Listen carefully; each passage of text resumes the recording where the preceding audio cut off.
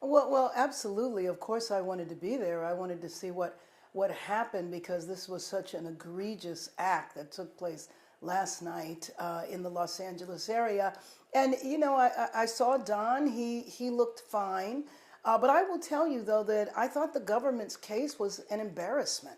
I mean, granted, I'm not a lawyer, but to hear them try to nuance why they were actually arresting him and then calling for such incredible terms that he was not to travel anywhere except for between Minnesota and New York, that they didn't want him to travel overseas, that they wanted to have a massive amount of bail. There was just no legitimacy here. And frankly, it seemed as though the government's lawyers were even struggling to present their case because it seemed like even they didn't take it that seriously. Well, I mean, first of all, they're two African American reporters, and I don't know, maybe they were the only reporters there. I highly doubt it.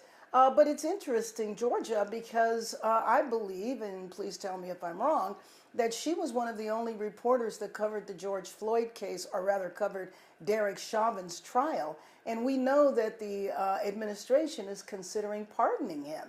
And so you arrest the two African American reporters, but I also heard that there were two other African American reporters that were arrested as well. I have not confirmed that, but I will tell you that I know that journalists are worried. I know that black journalists are worried. I did a call afterwards with a number of our local black press and a number of our elected officials, and they expressed that they were concerned. But I also said at the press conference that, frankly, I think all journalists need to be concerned. We know that they crack down in ridiculous proportions to peaceful protests. They snatch people off the street, and the majority of them have no criminal background.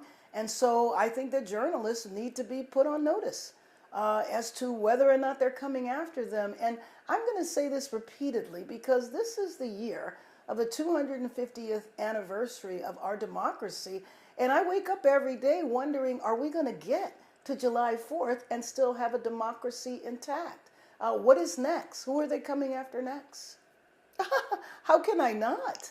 I mean, there is nothing that says he isn't. I think about my poor colleagues in Minneapolis. They have a police force of 600, and they've brought in more than 1,000 officers. That literally overwhelms their police department. I saw the complete misuse of the military here. Remember, the experiment started right here in Los Angeles, and I said it was an experiment. It was very clear to me that one of the ultimate goals in all of this is for the American people to accept a militarization of our cities.